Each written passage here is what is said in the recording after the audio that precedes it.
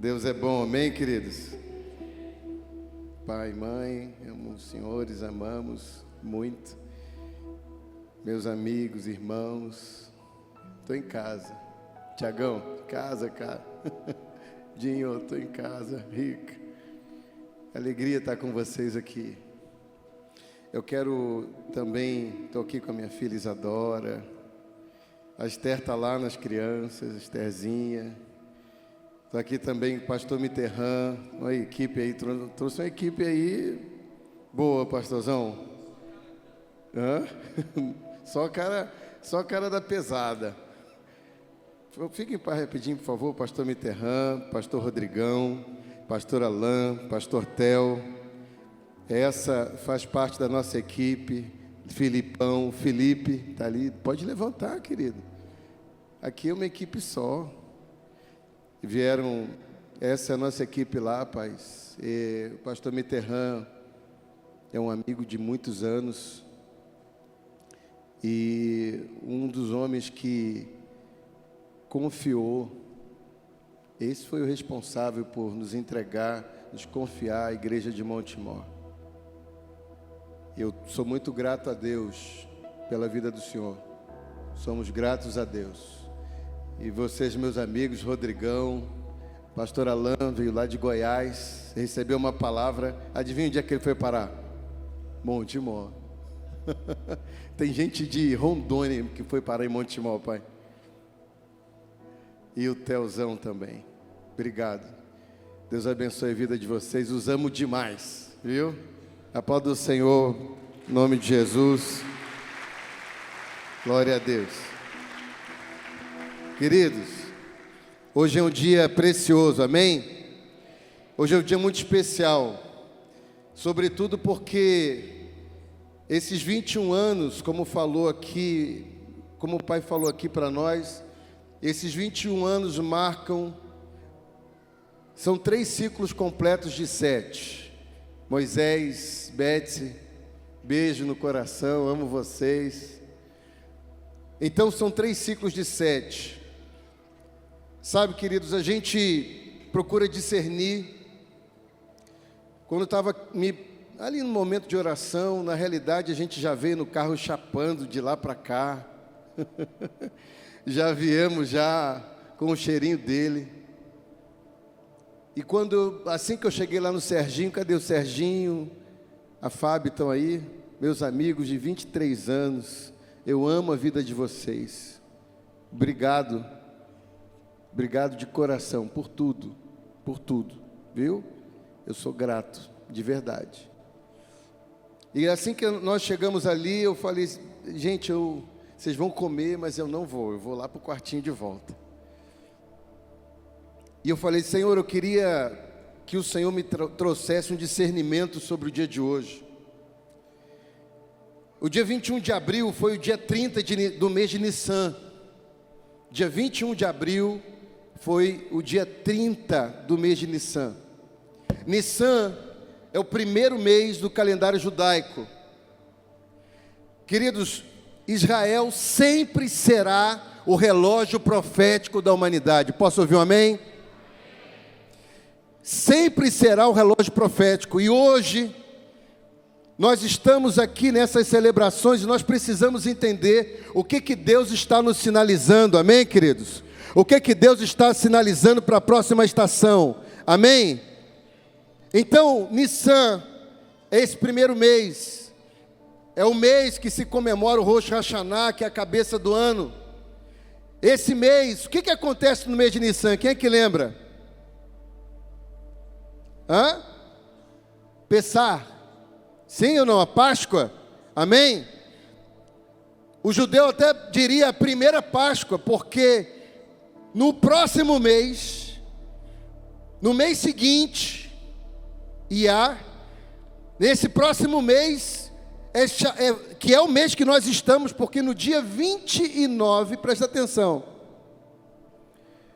no dia 29, dia 25, se não me engano, não sei se o pastor se lembra, dia 20,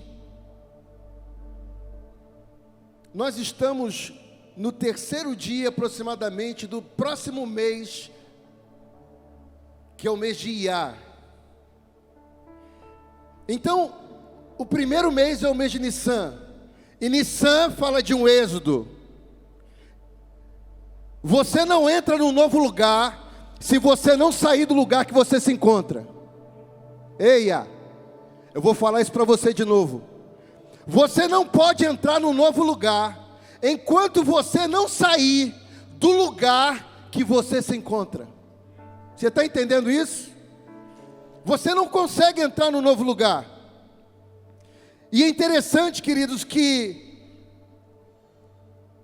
ali nesse mesmo mês de Nissan, que representa, que nos arremete ao êxodo, nos arremete ao período de saída, a saída de um povo. Fala assim comigo, não é apenas de um lugar físico. Só os vivos, não é apenas de um lugar físico. Uau! Fala assim, é de um lugar espiritual. Então, eu e você precisamos entender. E no dia 14 do mês que sucede, presta atenção, no dia 14 do mês que sucede o mês de Nissan, é chamado pelo povo judeu de segunda Páscoa. Aqueles que não puderam celebrar por causa da sua, entre aspas, impureza,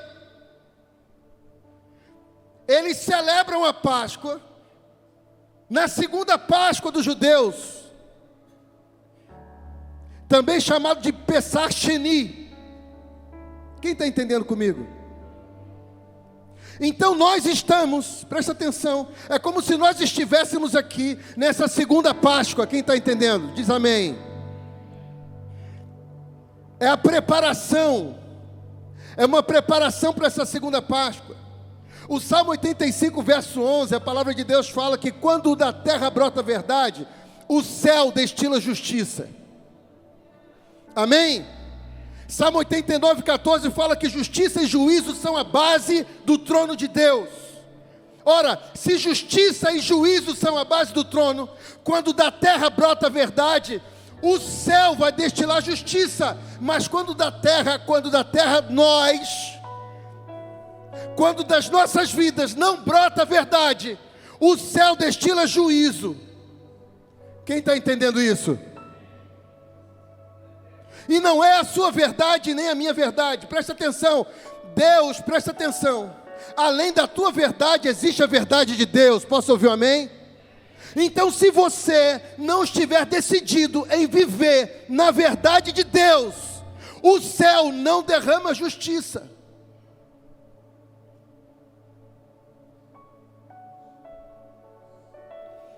O céu derrama juízo.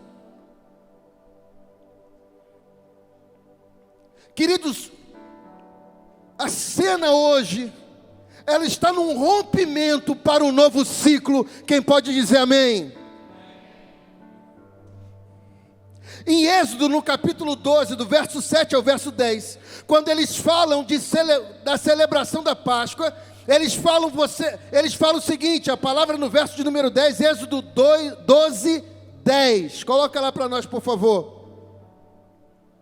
Êxodo 12, 10. Olha o que ele diz. E nada dele, fala assim comigo, nada do cordeiro deixareis até amanhã. Fala para a pessoa que está do seu lado, você precisa comer o cordeiro inteiro.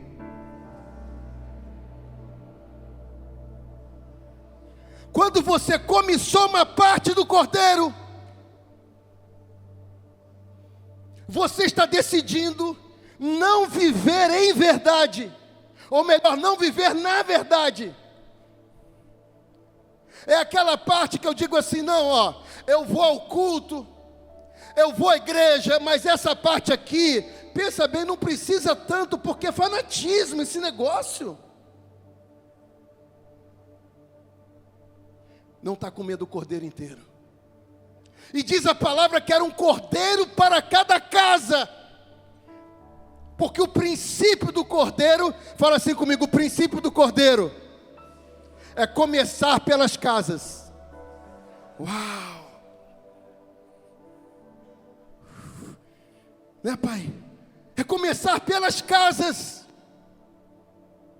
Mas a casa precisa comer o cordeiro inteiro. Deixa eu dizer para você uma coisa: não adianta comer o cordeiro só uma parte.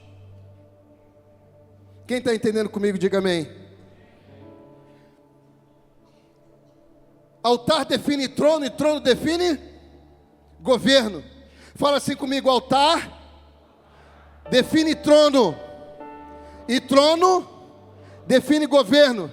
Agora fala assim comigo: onde houver um altar, de novo, onde houver um altar, haverá sacrifício. Por que você acha que as escolas estão sendo atacadas? Porque a igreja deixou montar um altar que não é o do Senhor nas escolas.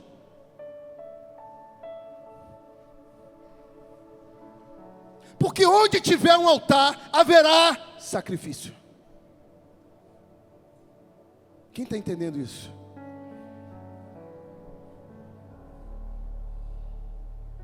E o altar, o que você fala, o que você canta, o que você ouve, o que você ensina, o que você assiste, o que você faz, levanta um altar.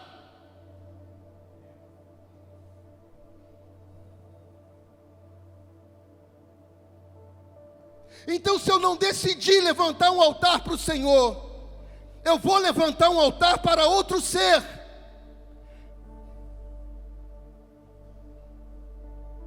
E onde tiver um altar, haverá sacrifício. Você acha que a ideologia de gênero é o quê? É um altar.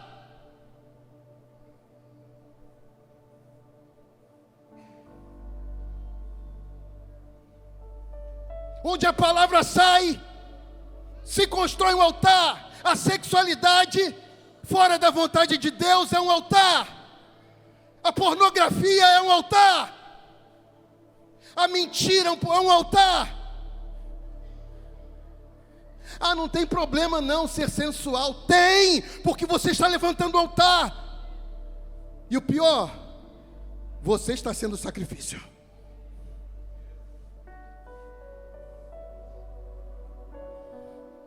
Fala assim comigo: todo altar, de novo, todo altar tem derramamento de sangue.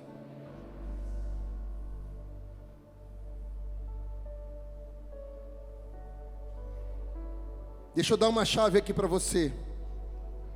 Não tenho nada contra a tatuagem, muito pelo contrário, logo logo eu tenho meu leão aqui no braço.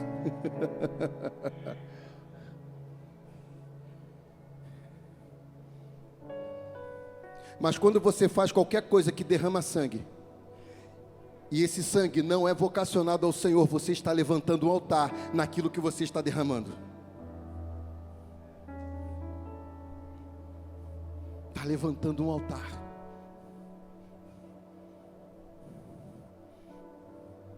Fala assim comigo: o que eu falo, o que eu canto, o que eu ensino, o que eu assisto, o que eu levanto.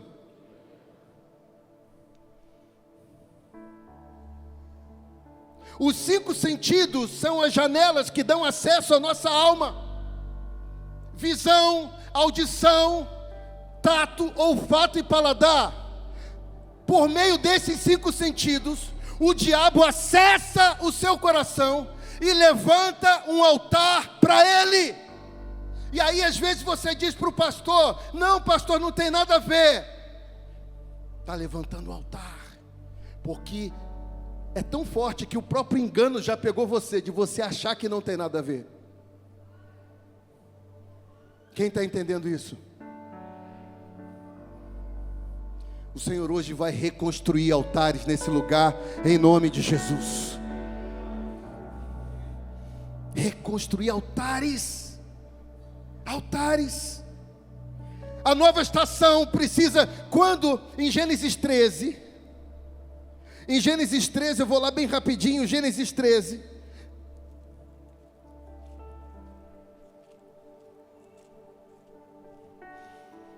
Pastor Alan tinha compartilhado essa palavra e eu peguei no meu espírito, eu falei, é minha. Erga os olhos, verso de número 14. O Senhor disse a Abraão depois que Ló se separou dele: erga os olhos, olhe de onde você está, para o norte, para o sul, para o leste e para o oeste, porque toda essa terra que você está vendo eu darei a você e a sua descendência para sempre. Verso 17: levante-se e percorra a terra. Fala assim comigo: erguer os olhos, se levantar e percorrer.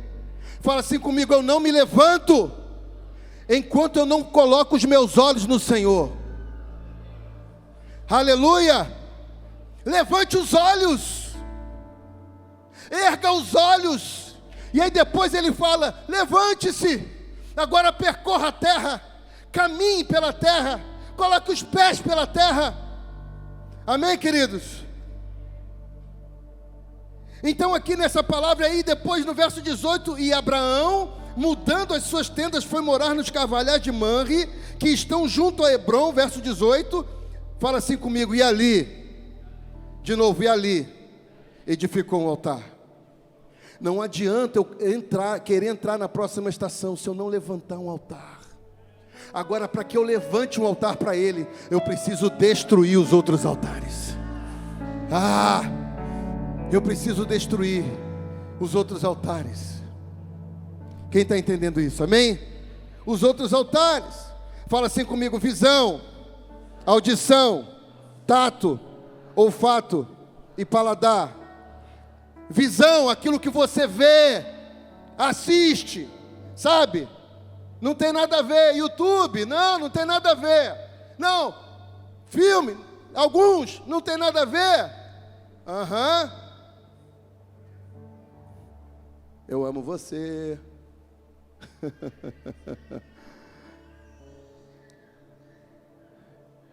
Mas essa estação, se você quiser entrar nessa estação, você precisa sair da última. Se você quiser entrar, você vai precisar sair primeiro. Primeiro vem Nissan. Fala assim comigo: o êxodo. Da onde que você precisa sair para que você possa entrar? Eu vou perguntar para você de novo: da onde que você precisa sair para que você possa entrar? Ninguém entra num lugar se não sair de um outro lugar. Você está entendendo isso?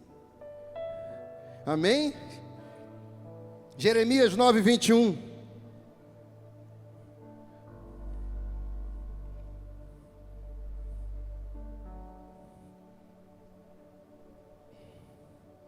Jeremias 9, 21 diz assim: a morte subiu.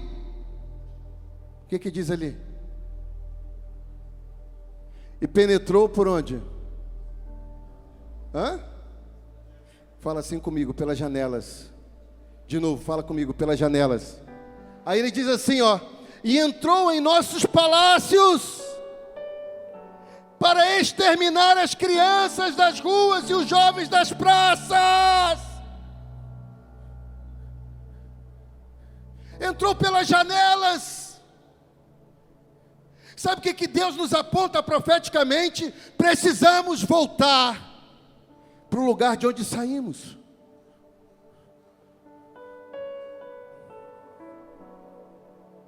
Lá na sua escola, lá na sua faculdade, e aqueles que já passaram por esse lugar. Fala assim comigo: só existe uma forma de derrubar um altar, é levantando o outro. Não é, pai? É levantando outro altar. Só existe uma maneira, é levantando um outro altar. Como é que Elias venceu os 450 profetas de Baal? Hein, Emerson? Levantando um altar. Não adianta brigar, ei, presta atenção, não adianta brigar com quem está levantando altares lá, não, o seu altar precisa ser maior, o nosso altar precisa ser maior. precisa ser maior, Edinho. Porque se o altar for maior, fala assim comigo, no lugar dos sacrifícios humanos, de novo, no lugar dos sacrifícios humanos, apresentaremos o Cordeiro. Você pode aplaudir o Senhor em nome de Jesus?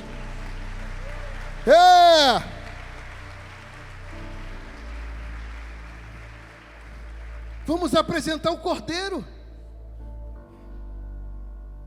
Por isso que eu preciso comer o Cordeiro inteiro. Qual é a parte do Cordeiro que está ficando do lado de fora?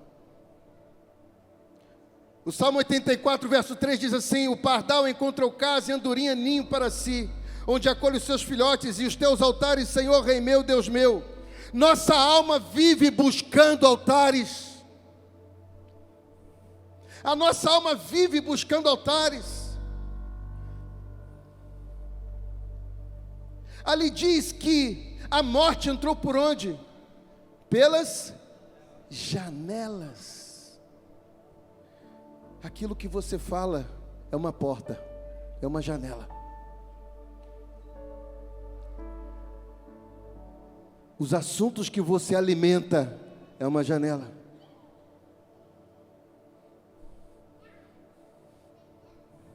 As escolhas que você faz são janelas. São janelas. Amém, queridos? Nós precisamos levantar um altar. E vamos aprender isso. Agora, sabe o que acontece muitas vezes? 2 Reis 17 fala de um culto misto. Quem é que lembra dessa palavra?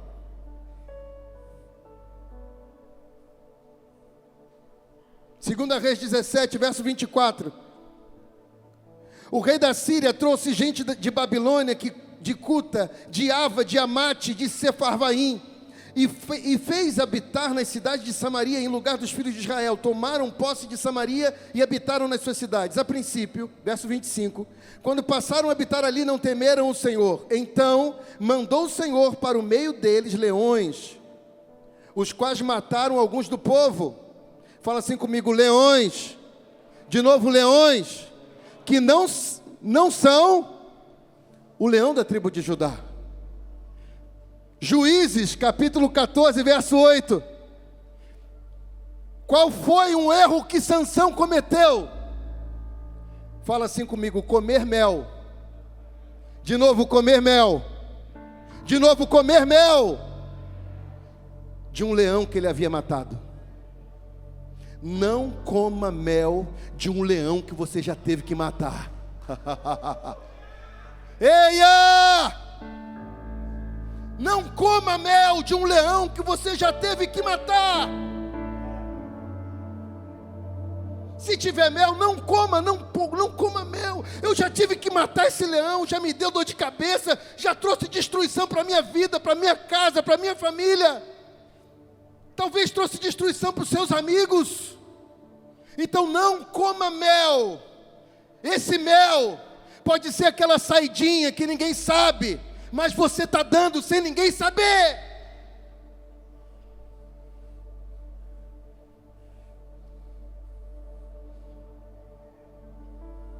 É o mel. É bom. É bom. É aquela maledicência que você faz sem ninguém saber. Começa a falar mal do irmão, você está matando ele no coração do outro irmão.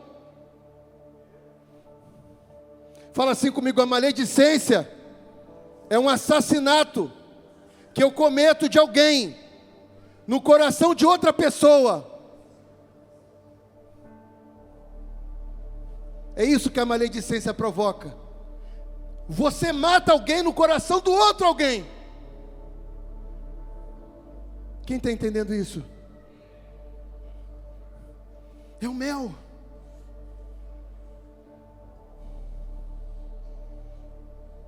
Agentes, e aí ele continua falando, A princípio passaram a habitar ali, verso 25, leões, verso 26.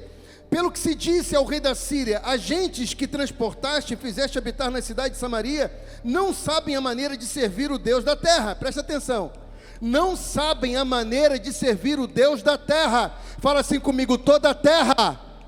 De novo, toda a terra tem o seu Deus. Fala assim comigo, toda a geografia que não foi remida tem um Deus. E aqui ele diz assim, por isso nas cidades de Samaria não sabem a maneira de servir o Deus da terra. Por isso enviou leões para o meio delas, os quais as matam, porque não sabem como servir o Deus da terra. Então o rei da Síria mandou dizer, levai para lá um dos sacerdotes que de lá trouxestes, que ele vá e lá habite, e lhes ensine a maneira de servir o Deus da terra. Foi, pois, um dos sacerdotes que haviam levado de Samaria, e habitou em Betel, e lhes ensinava como devia temer o Senhor. Porém, cada nação fez assim os seus próprios deuses nas cidades que habitava. Fala assim comigo, deuses nas cidades. Não estamos falando a cena, nós estamos falando aos céus da cidade, amém, queridos? E aí ele diz assim, porém cada nação, e os puseram nos santuários dos altos, verso 29, porém cada nação fez ainda seus próprios deuses nas cidades em que habitava, e os puseram nos santuários altos,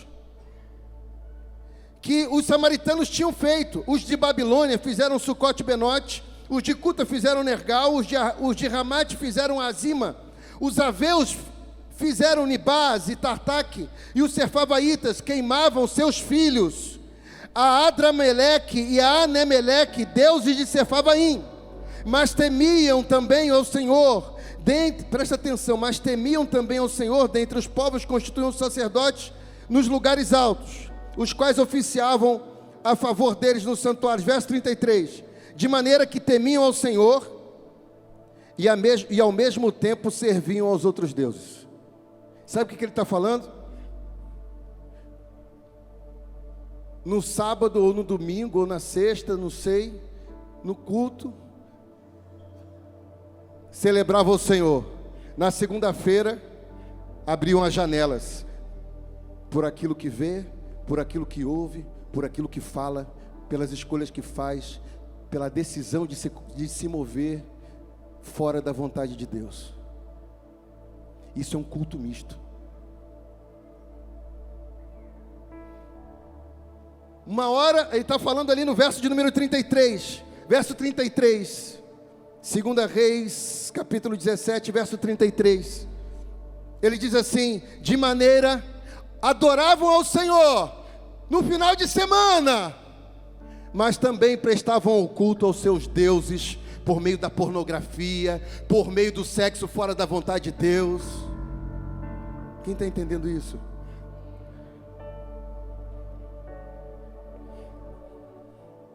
Eu só posso falar de um altar que eu já venci. Quem é que está comigo?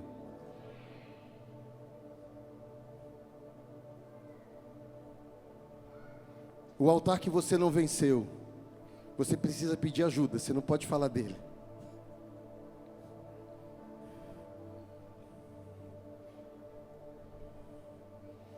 Fala assim comigo, para derrubar um altar, só levantando outro. Agora você vai comigo em 1 Reis 18. Eu sei que nós temos tempo exíguo, tem várias coisas ainda para acontecer, pai, estou ligado.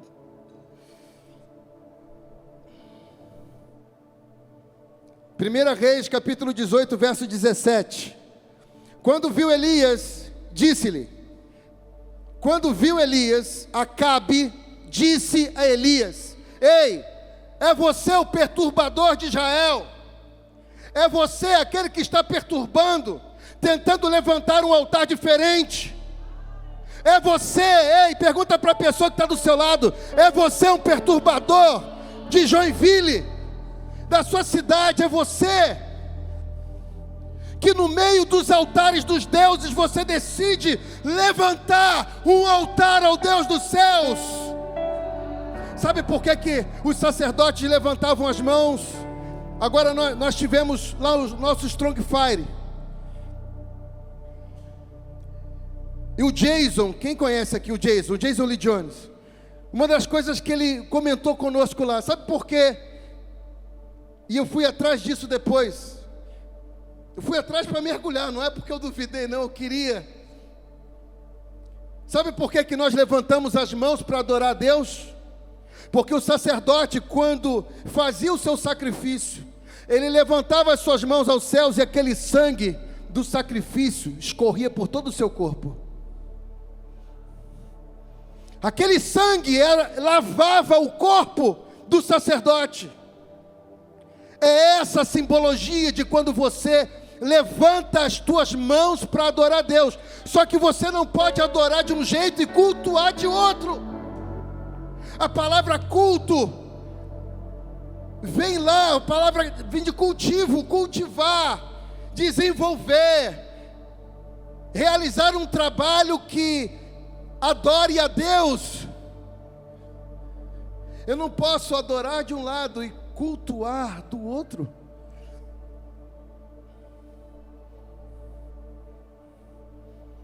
Amém, queridos?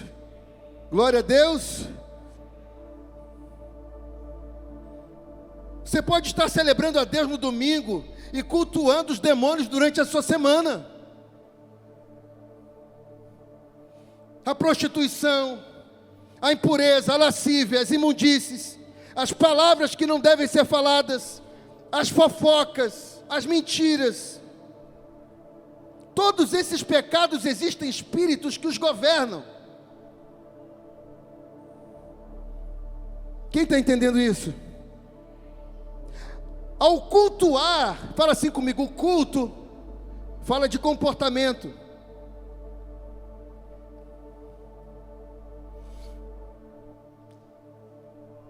Por exemplo, as pombagiras são espíritos deformadores da sexualidade, espíritos que são nutridos pela sedução. Se você acha que sedução é bonito, você está levantando o altar para a pombagira. Não é altar ao Deus vivo. A exploração do corpo como forma de atrair a atenção do outro, a vulgaridade. Será que estamos celebrando a Deus no culto e cultuando aos demônios da semana? Nós estamos entrando numa nova estação, Sena. Amém? Amém? Leviatã fala de um espírito, um principado do orgulho, da soberba. E ele começa com a obstinação. Pergunta para mim, pastor, o que é obstinação? É um altar que você levanta para a sua própria opinião. Ah, eu sou desse jeito, não tenta me mudar. Obstinado.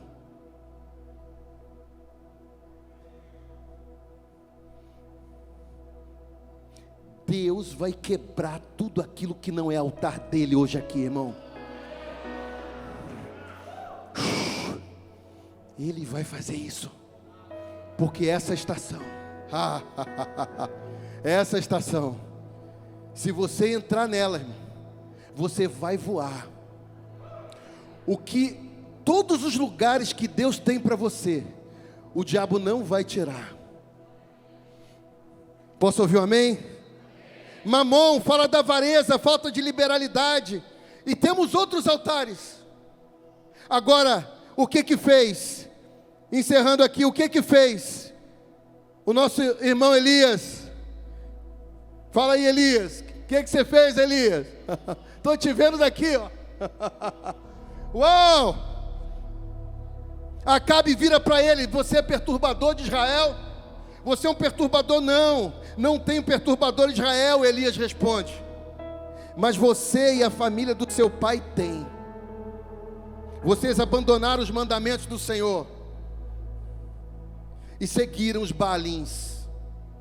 Agora convoque todo o povo de Israel para se encontrar comigo no Monte Carmelo. E traga os 450, presta atenção que Elias fez, olha, traga os 450 profetas de Baal, traga para cá, traga eles para cá. Aí ele continua dizendo o seguinte, eu quero ler na minha Bíblia, irmão. Minha Bíblia é melhor de ler. Ah, Jesus, eu já estou terminando.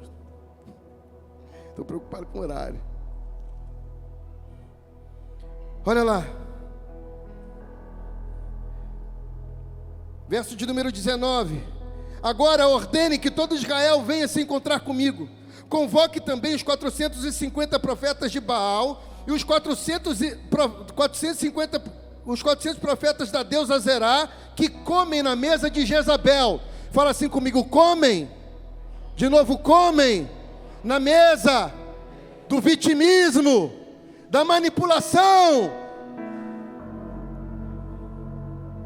da sedução. Traz aqui. Então Acabe enviou mensageiros a todos os filhos de Israel e ajuntou os profetas no Monte Carmelo. Depois Elias se aproximou de todo o povo e disse: até quando cocheareis entre dois tipos de pensamento? Até quando você vai ficar com a mente dividida? Deixa eu falar uma coisa para você: ninguém consegue promover unidade do lado de fora se você tiver divisão do lado de dentro. Se o seu coração não for inteiro para Ele, fala assim comigo, como cordeiro inteiro.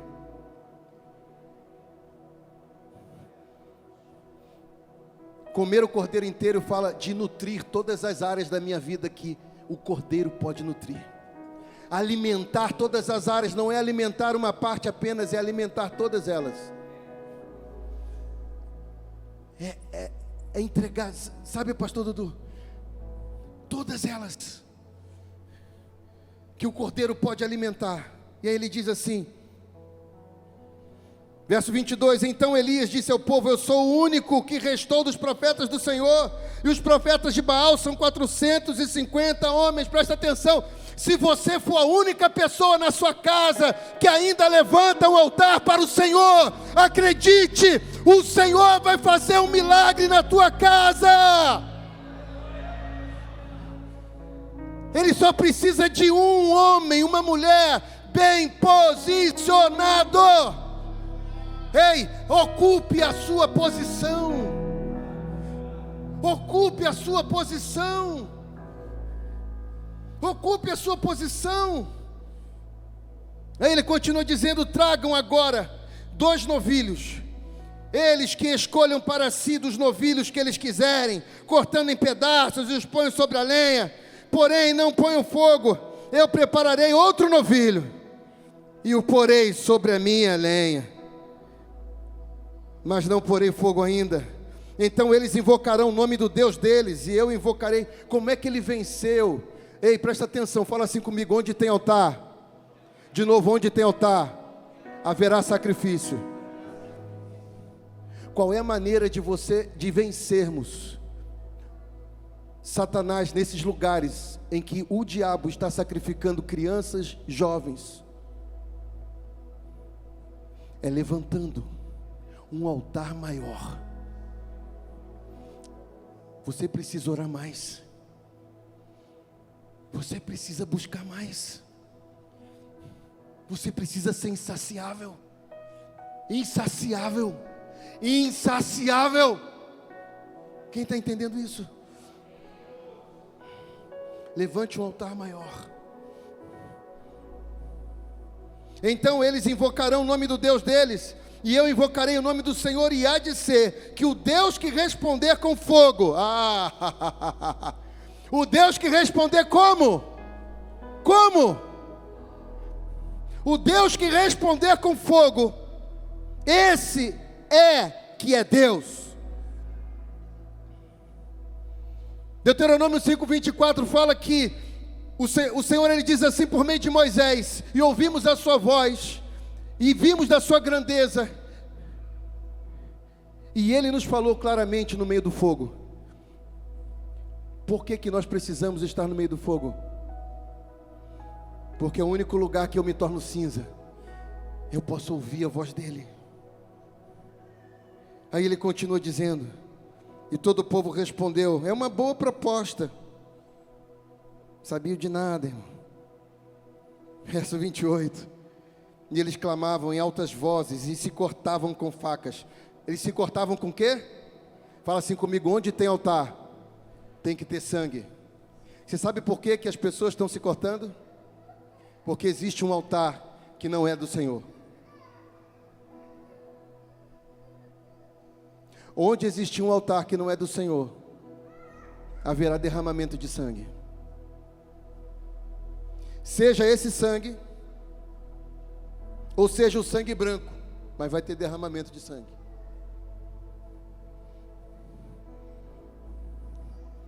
E então Elias disse ao povo, agora aproximem-se de mim.